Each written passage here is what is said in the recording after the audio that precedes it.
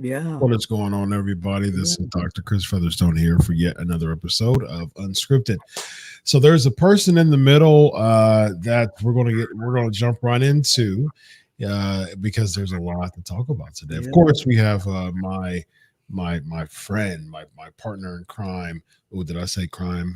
You did. I'm not a criminal. There's a lawyer in the center here. No, man. I didn't mean to say. Already you're getting me in excuse trouble. That. Please excuse the Freudian slip there. Partner in podcasting. Partner in, yes, in old wrestling stories. There you go. Bill Apter, how are you, man? Yes, I'm good. And I want to let everybody know before we start this interview.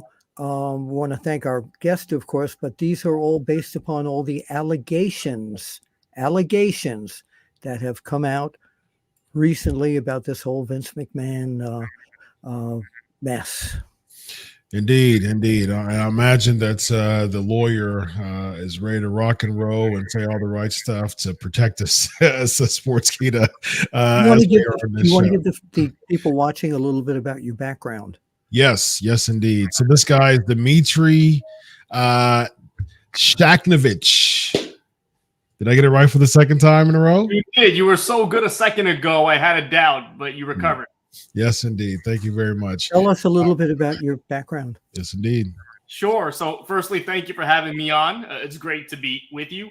Dmitriy Shakhnevich. That's right. Say that 5 times fast. I'm a lawyer here in New York. I defend criminal cases. I litigate civil cases as well. And I do stuff like this. I have a YouTube channel that the link seems to be on the bottom of the screen now, where I provide legal analysis and interview folks on the law and other things. So please feel free and subscribe. And I am ready for all of your questions. A lot to talk about. Yes, indeed. Dr. Chris.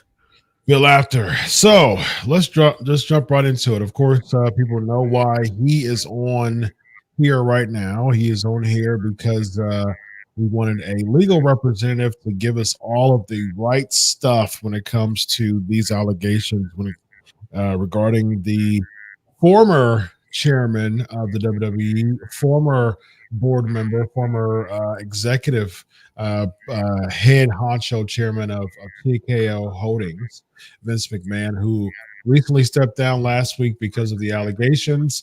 Of course, he did not admit to any of the allegations, which I imagine Dmitry is going to let us know, which is very normal in this legal process. Yeah, he said he will defend it you really, really defend that he didn't do anything wrong. Yes, and that is very normal in this process, and I'm looking forward to talk to Dmitriy actually, because I have a PhD in forensic psychology, so I'm very familiar with the courts from a psychological standpoint. So I'm looking forward to having a conversation. I want to ask a non-psychological question, since I don't have the background you have, Dr. Chris or Dmitriy. But does someone resigning in lieu of all these allegations almost admittedly guilty? Is that not Chris? That for you, or is that for me? For you. No, not really. There are ways that folks that are accused of committing certain acts can protect themselves. For example, if there's a settlement discussion that is undertaken after a lawsuit is filed, then what's said after the settlement discussion can't be used in court. There's also basically a rule of evidence that says that remedial measures can't be used against a party, right? If there is, just to simplify, for example, accident where a sidewalk is broken and then the defendant, after a lawsuit, fixes the sidewalk, you can't run into court and say, oh, look, that sidewalk was fixed. That means it must have been negligently broken prior to the fixing, right? So the law provides for some kind of measures to protect against guilt as an inference because of that kind of thing. Okay. Fantastic. So just your overall thoughts, Dmitriy, before we start picking your brain when it comes to the legal stuff. Just your kind of 10,000-foot view on looking at this from your expertise. As far as Janelle Grant, basically the accusations as of now, and what we heard is that there was some hush money from something, a few years ago. That was supposed to be $3 million. It was allegedly unpaid. That caused her to blow the whistle, but that was under the cause of the NDA being broken because of the NDA doesn't protect any type of criminal sexual acts. So we know other stuff as far as like the trafficking. It was 3 million actually, Chris, wasn't it? Yeah, that's what I said, 3 million. Yeah. Okay, I'm sorry. I thought you said 1. No, it was 3 million. Okay. So basically that's what we know. And then of course some other things that we know as far as the allegations were she was allegedly used for a notable former UFC champion that they were trying to renegotiate. A lot of people are saying Brock Lesnar is that name, and John Laurinaitis is also a part of the allegations. And so that's basically the Cliff Notes version of what we know. Your thoughts on that initially? So at the outset, what Bill said at the beginning is absolutely right. Number one, these are all allegations, right? It's important to point that out. That kind of gets lost in the shuffle here. As it does, by the way, in every case of this nature, not just this one, right? So it's important to keep that in mind. We're at the very beginning of the process. And as time passes, this will fade in the press, at least to some degree. And it's important to remember that this is the beginning. It's not the end. And so the evidence will be determinative here, right? The deposition testimony, if it gets there, will be determinative, not what's in a complaint, which is important because it sets the framework for the case, but it's not evidence of anything. Number two, and I see some folks in your comments are writing about it, and folks all over are writing about it, about him being sentenced and going to jail and all these other things. This is not a criminal case, right? This is the mistake that many people made, at least in their minds, when P. Diddy was sued a few months back, and in other cases such as this, right? Nobody goes to jail as a result of a civil case. Now, as a result of the conduct underlying the case, right, the allegations seem criminal, and so people make that jump, and that's fine. But we can't draw inferences that aren't there, right? Even if he would be arrested or charged or indicted, right, he would be presumed innocent anyway. He hasn't been any of those things. So he's really presumed innocent. And it's important to separate those two. Nobody is going to jail, at least not right now, at least not as a direct result of this case. That's number two. Number three, the issue with the NDA. An NDA is a contract. By the way, for our fans who don't know what that is, that's a non-disclosure contract. Yes, I'm sorry about that. It's So okay. an NDA is a non-disclosure agreement, which is a contract, right, between two parties that says you don't talk about something, and in exchange you get some benefit, money or something else. Breaching an NDA has no impact on sexual assault allegations, right? If you breach a contract, then you don't get the benefit of the contract.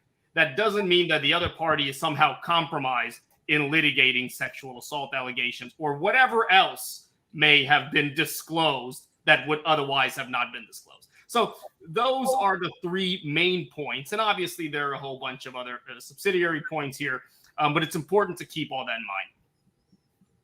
Fantastic.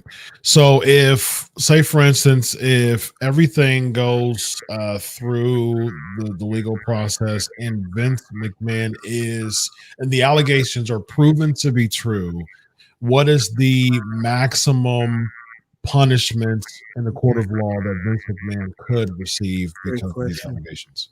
So these kinds of cases are separated generally into two phases. There's a liability phase and a damages phase. Right, the liability phase is designed to determine what happened and what he did wrong.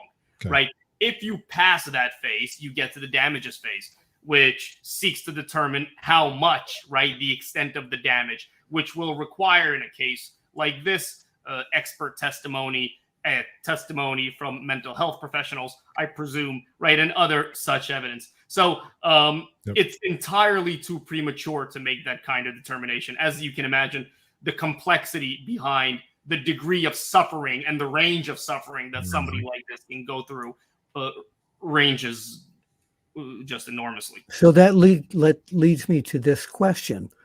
And again, we're discussing this openly. These are all alleged. But the reasoning for the victim here, and she was the victim, letting this go on so long, could that be a negative part of her defense here? So that's a great question, right? If this case ever gets to a trial, she will be cross-examined, right? And on cross-examination, his lawyers will ask her all of those questions. The purpose behind that will be to impeach her, right? To question her credibility before a jury. And when it comes to cases such as this, that process has to be done delicately because the allegations are frightening. This woman was victimized, right? And so it's a difficult, fragile process to go through. But that kind of thing will be flushed out on cross-examination, perhaps earlier at a deposition, but really on cross-examination at a trial. So based on the information that you know and what's public, all this is public information, what is the strongest pieces of evidence that both Janelle Grant have for the prosecution and Vince McMahon and company have for the defense? So separately, what are Janelle's strongest pieces that you know that's public, and what are Vince and company's strongest pieces that you know that are public right now? So again, it's funny because there is no evidence yet. There's no anything yet. There are just allegations, right? Mm-hmm. And so it's tough to say what pieces of evidence are important because no evidence has been provided yet. No, so the screenshots and all that, those things would be evidence though, right? They may be. So the screenshots that you mentioned, the screenshots, right? Those are pretty big because from what I've seen, and again, time will tell what they actually are and what they mean. But from what I've seen, they seem to create at least a relationship between the parties, right? Generally, that would have to be proven. That's not a given. Here, assuming what's in those text messages is true, that creates some relationship between the parties, perhaps an intimate relationship, and that gets the plaintiff here far, right? Because the content is pretty heavy in those text messages. Yeah. In terms of the best evidence for the defense, that's just impossible to tell. No response of pleading has been filed yet. In other words, no answer to these allegations. And obviously no discovery, right? Discovery is the document exchange process that may take months and months to get through. That is where the meat of this case will come out. That is where lawyers make a lot of their money, right? Because of the paperwork and other things. And then depositions, right? And in a case like this, the parties will be deposed, obviously, and you may have non-parties being deposed. There are some witnesses that were named in the complaint there were some witnesses to whom there were allusions made in the complaint. Yeah. Maybe other people will come out. So in a case like this, it'll be interesting to see kind of how that whole story develops and what the evidence will show. That's what'll matter. Now, this alleged thing, these things that happened, allegedly happened before Endeavor TKO had purchased WWE, but they did bring Vince McMahon back on into the TKO company. Would they have any legal problems because they brought him in here? That's a great question. So generally speaking, when companies merge, companies are bought out, depending on the terms of that agreement, liability may pass, right? And then in those agreements, there are what are called indemnification clauses, which are provisions in contracts that say, if you do something wrong and we cover it, you then owe us that money. So who knows how that process will work out. But generally, in terms of vicarious liability, even if TKO was the owner at the time of the conduct, generally vicarious liability, meaning one party being liable for the conduct of another, doesn't pass with what they call intentional torts, right? Intentional conduct. This is intentional conduct. And just like in any employer-employee relationship, that's generally not covered because, again, it's hard to foresee this kind of stuff happening. And so employers tend to wash their hands clean. But it really depends on the nuances of the relationship between TKO and the prior owners and them and Vince McMahon, what the details of his relationship are with TKO, or were rather with TKO. So a lot of nuance there that nobody knows and nobody may ever know. So a couple other names, potentially Brock Lesnar and John Laurinaitis was mentioned in the allegations as well. What's the, I guess, maximum penalty that both of them could experience throughout this process when this is done? So it's the same story, right?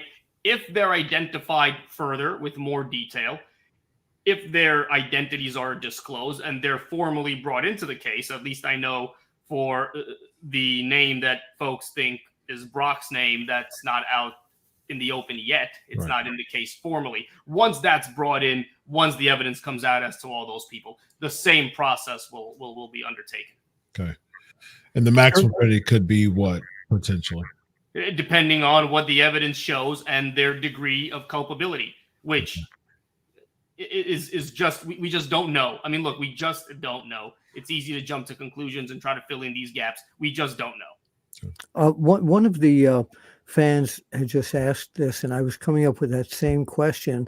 But if this gets too ugly for TKO, even though he's no longer there, is there something that TKO can do? I mean, would they be able to pull out of this whole agreement at this point? If we don't know what the contract is, but since, the monies are paid for the sale in chapters, so to say, is this something that TKO could say, we didn't anticipate this, thank you very much, but we're not going to continue the relationship? It's possible that can happen, but really, in my experience, that tends to be more of a business decision, not a legal decision. I don't know if the sale can be pulled back, but they'll have to make that determination as the case moves forward. So when it comes to, like, let's have some fun cross here, some role play cross here. So if you were representing Janelle, what would be one of the first cross questions you would ask Vince? And what if you were representing Vince, what would be one of the first cross questions you would ask Janelle? Well, the first thing I would do for either party is get all the discovery that's available. It's going to be a fight, right? Because the plaintiff in this case will try to get every text message that Vince probably has ever sent in the past X amount of years, right? Because the more evidence they can get, the more potential there is that he's going to have something dirty come out, and that'll help them no matter what, right? So they're going to want that. His lawyers are going to fight that. They're going to say that these requests are irrelevant, overly burdensome, problematic for whatever reason. And so that's going to be a big fight. If I were her lawyers, and I'm sure they're doing it, they should cast a very wide net to make sure they get every text message, every email, every prior allegation against Vince. I know there have been some in the past already. Every NDA, right? They're going to fight them on that because those are inherently confidential documents. And if you're Vince's lawyers, the same story, right? Pin her to a story. Make sure that if you're Vince's lawyers, you get everything on his phone that he said to her or anybody regarding this case, and establish your theory of defense. Once you do that, you can start gathering the evidence substantiating that theory and figuring out how you're going to implement it once you're in court. So again, we're at the evidence gathering stage. Gather the evidence, right? Because you have to make sure that you have everything in front of you, and then you're not hit with any surprises as time passes. She accepted the $1 million out of the $3 million. Does that make this more shady? That how come you're coming out now? He didn't pay you the final $2,000, $2 million. So now you're doing this, but she already accepted that $1 million. So if you're, again, the legal representation for her, where do you go from there? So, if you're his lawyers, right? His lawyers. Okay. Yes, you're going to be looking forward to that, right? Because your biggest defense, it seems for now, from what we know for now, is put her on the stand and say she's making all this up. And the reason she's making all this up is because she had a motive. She wasn't paid, right? While she was being paid, she wasn't making this up. And now that she stopped being paid, this lawsuit comes out, right? That seems to be at least some version of the defense. It's going to be that. Right. And her argument will be, look, for whatever reason, I came to a conclusion that at this point in time, this was the right time to do it. And a jury will determine whether or not she's lying or telling the truth. It's as simple as that. And all this other legal stuff will serve to better focus that whole debate. But that will be the question. Regarding the screenshots, they're pretty vulgar. If based on what we saw, how important would the vulgarity and the content of the screenshots play in her evidence if she does present that in the courts? Are these screenshots that she supplied, Dr. Chris? Yes. Okay. Yeah, those are screenshots. Well, based on the reports, those are the screenshots that she allegedly submitted. So okay. That's what's how important the vulgarity of those. I mean, we were talking about defecation and things like that, and all those things that were part of the screenshots. How important will that pull on the heartstrings of the jury? I know that there's voir dire process when it comes to jury selection and stuff like that, and it's supposed to be neutral and balanced as far as the jury is concerned, and not having personal type of feelings, but. And from your experience, the vulgarity of those screenshots, how do you think they'll be in play when it comes to the jury and the court process? Yeah. So it depends on volume. That's actually a great question.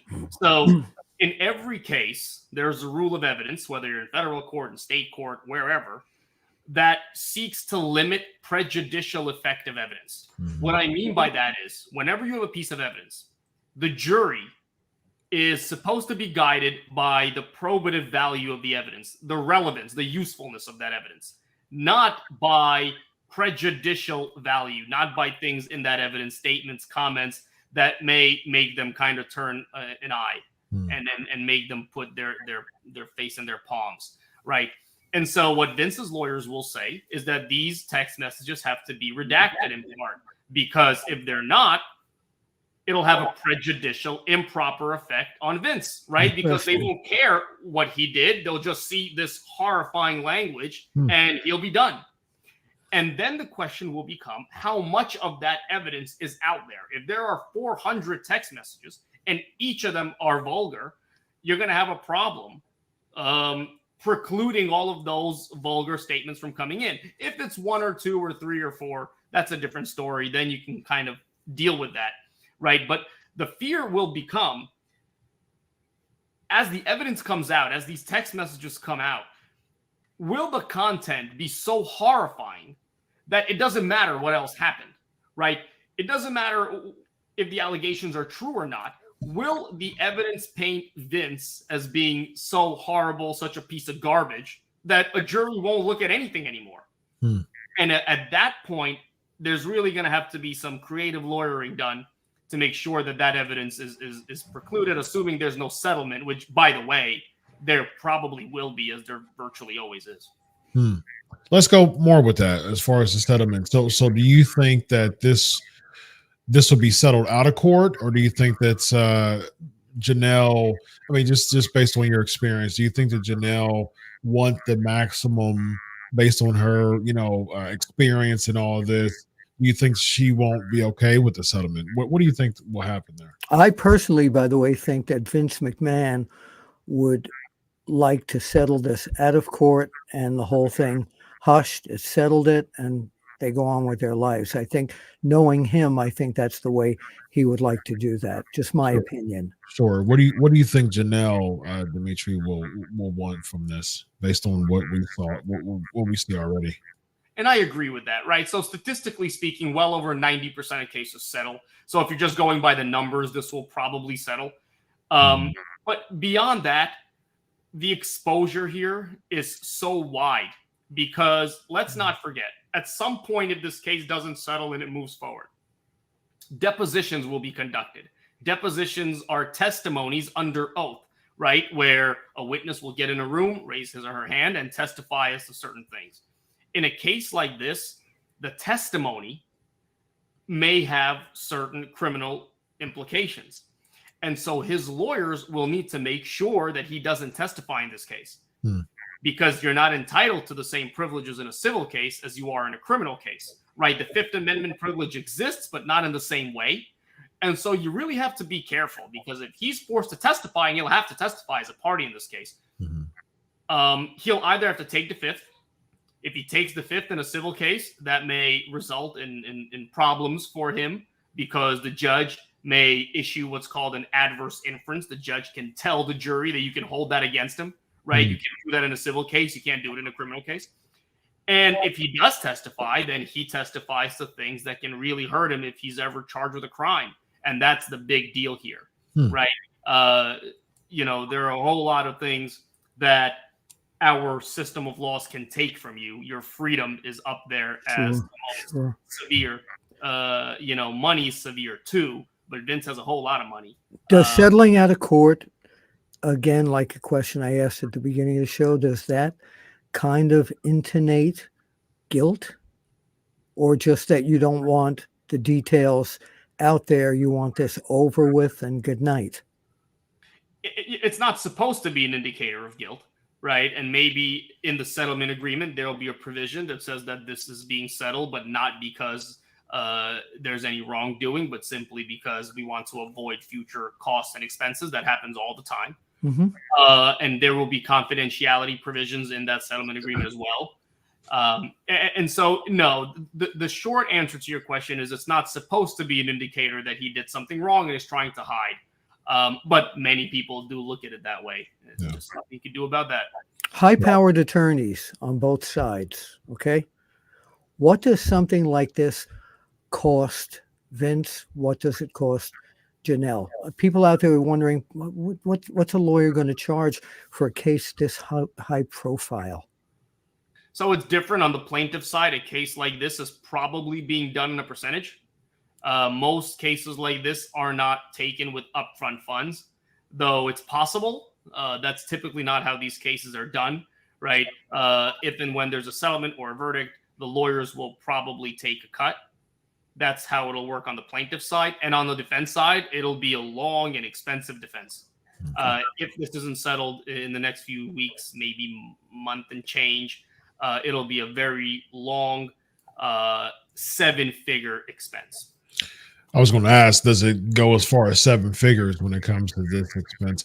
As far as timeline, what do you think? Like in a case that's usually like this, given the timeline from we saw it all just kind of come out to the public about a couple of weeks ago, if this does go to court, what do you think what's usually a timeline that would happen from the first court hearing to the very, judgment at the very end?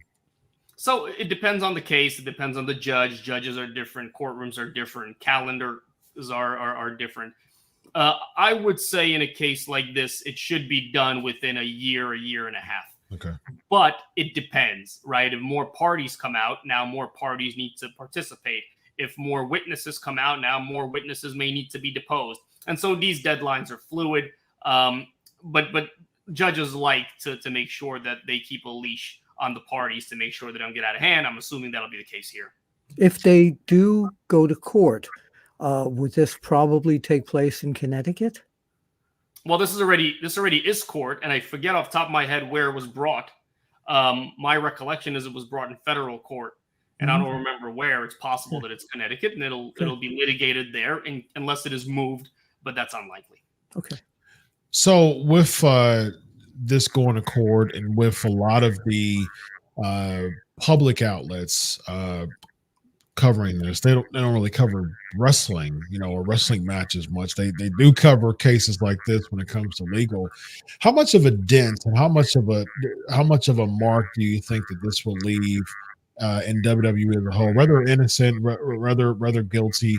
Your thoughts on just the mark that this will leave for WWE in the near future? Yeah, so that's more of a public relations question than a legal question, but it doesn't take a genius to figure out that it's probably not good. Yeah. I mean, the allegations are really horrifying here. They are long in their scope. They involve several different parties. They involve, at least from what we know now, possibly text messages and other kinds of evidence. And let's keep in mind, they come on the heels of other allegations that came out some time ago that at least are in this same kind of world. We don't know really what those cases were about in the same detail that we know about this, but it's in that same kind of thing, right? And all of those things combined can't be a good look, much less, legally significant. It can't be a good look. Yeah. Bill, you got anything before I ask a closing question? No, I appreciate your Chris, and I appreciate what you brought to the table here today, and I'm sure this opens up and educates a lot of the fans as to how this legal process will work, whether it's settled in court, done in court with a jury, whether it's settled out of court, and what the damages could possibly be here. Yeah. And along those lines, from a public eye, what should we expect next from what you think and your experience of what's next in the process in this legal, these allegations? It's funny. A few months ago, there was a lawsuit filed against P. Diddy about in regards to sexual assault and other things. And I did a whole bunch of press, both the traditional press and then this kind of press. And they asked me the same question, and I gave a general response that, was my opinion on how it was going to go. And then it settled literally 12 hours later. I woke up in the morning and the news said that it settled. So you just don't know. Cases typically don't settle on the next day. That happens very rarely. I'm assuming it will settle. I'm assuming it will settle fast. I don't think it'll settle right away. I don't think it'll settle tomorrow. But it could, and it could settle down the line. I think this will end in a settlement. And that is how most of these cases end, for a reason. Yeah. And I think that's how it'll end here. And I wouldn't put it past Vince 2 days after the settlement to be on the Pat McAfee show. Sure. Yeah. Now, this is the civil case. Now, the allegations are sex trafficking. So, could this go criminal in any way? Could it? Yes. Okay. And we don't know if that process is going anywhere at all, right? What we know now is that he hasn't been arrested. Mm-hmm. Right? That's all we know. That may mean that this plaintiff went to law enforcement and maybe they didn't believe her, right? Maybe she didn't at all go to law enforcement and they only caught wind of this recently. Maybe she went and then decided to back off. It could mean a variety of different things. Mm-hmm. Law enforcement, in order to prosecute a case, has to meet a certain standard. It can't, just to file a lawsuit in civil cases, all you need is a lawyer who will file a suit in good faith, right? It can't be frivolous. It can be done in 20 minutes, right? Anybody can do it. And obviously lawyers are bound by rules of ethics and they have to make sure that they file complaints that have good faith. They can't make stuff up. We understand all that. But law enforcement operates under a different standard, right? They have to determine whether or not there's probable cause to make an arrest. In a case like this, they have to really cross their T's, dot their I's, because there will be defense lawyers here. There will be high-profile, high-powered defense lawyers. There will be expensive investigators here. And so it's a bit of a different standard. So we don't know what the status of any criminal investigation is. We don't know if there is one at all. We don't know if there will ever be one. But the allegations here do kind of sound criminal. And so... is it possible? Sure. We can't, again, jump to that conclusion. That would simply be unfair to do. We'll see. One of the fans wants to know, and this is interesting, what's the definition of sexual trafficking, since that's mentioned in this case? So, again, that really, really depends. Sex trafficking is kind of a catch-all term, right? It could mean a variety of different sexual misconduct crimes. And don't forget, in our country, these crimes differ by state. So it really depends. If there is, for example, interstate sex trafficking, the plaintiff then has to choose the forum in which to bring the case, right? That's a really, really detailed question. There's just no answer for it, at least not in that way. Defining sex trafficking legally is very hard to do unless you know where it's being defined, under what circumstances, in what state. Only because when you see these things on TV, sex trafficking is like prostitution. Right. The general understanding among folks is that sex trafficking is an act of sexual misconduct, typically involving more than one person, typically involving more than one location. But that's a vague definition that means nothing, right? It depends on the details, right? That's where the devil is in the details here. Yeah. Got to respect the super chats. We got Rollin 499. Mr. McMahon has been the owner of the WWE for 41 years. Can a woman bring a similar issue from my 1983? What are the statutes of limitations? Good question. That's great question. Yeah. Right. So what happened after the Me Too movement is many states and many executives in many states and many legislatures in many states came out and expanded the statute of limitations. It happened here in New York, which is why you saw a few months ago all of these cases brought on one day, right? Because the statute was expiring and P. Diddy and Jamie Foxx and the mayor here and other people were sued, Cuomo, right? A bunch of people. And many states have done that because victims of sexual assault come out and say, well, this is ridiculous, right? We were assaulted back in the day. And now because the public perception is different, we're out of luck. And so a lot of states expanded the statute of limitations. So it depends on where you are, right? If you're in a certain state and you're protected in that way, you could still bring a lawsuit from whenever ago. 30, 40, 50 years ago. Obviously, if you bring a case from 30 years ago, you may be short on evidence, right? You may be short on preserving certain documents and other physical evidence, but you can still technically bring the case. Yeah. Look at all the people that are coming out in the Bill Cosby world from so long ago. Yeah, from That's so right. long ago. That's right. Mm-hmm. That's a great question. Yeah, you made a really good point too, as far as it's like if it is 1983, you have to think about the forensics too, and just the evidence that's being presented to a court 40 years later, and there's so many, so much evidence that is no longer, and things like that. It would be very difficult to present that as far as if it's sexual, there's, the kits usually only last, that's only like within a 72-hour thing. And what type of evidence do you have? It's not like you keep in type of like sperm or something like that. So it would be a lot of different factors in it to make the issue or the case much more difficult 40 years later. Then again, some of the forensics and things that they're doing in that world are so right on track at this point that they're finding things that they could never find 40 years ago. Yeah, that's usually mitochondrial DNA. That's usually like teeth imprints and things like that they're doing in the forensic world as far as like criminal cases and stuff like that. But when it comes to like sexual cases, it gets pretty difficult with that. So yeah, but I will say that most of these cases, even the ones that took place recently, are still credibility cases, right? Very rarely in a case like this will you have a whole lot of evidence, right? Because you're dealing with an intimate encounter, and then generally you may not even have a third party. In this case, they may, right? You may not even have text messages. In this case, they may. But generally, you don't have a whole lot of evidence no matter what, because you're dealing with such a difficult set of circumstances for these victims. Yep. Absolutely.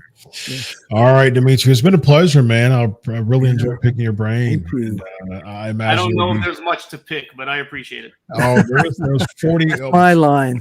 40 minutes of picking. So I think we picked enough. I imagine you'll be covering more of this on your channel as the news continue to break and stories develop on this, and let the listeners know where to find you on your channel as well.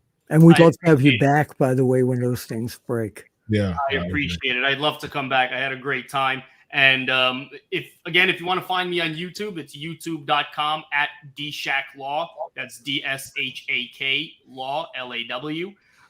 And of course, you can reach out to me at any time. My email is ds@dshaklaw.com. You can find me online wherever. Always happy to ask questions or rather answer questions and come on and talk to you guys. I had a terrific time. Thank you. Indeed. You said ds@dshaklaw.com, right? Yeah. When you have a long name like mine, you really have to do what you can to fix it. So that's what I came up with. I'll just call you DS.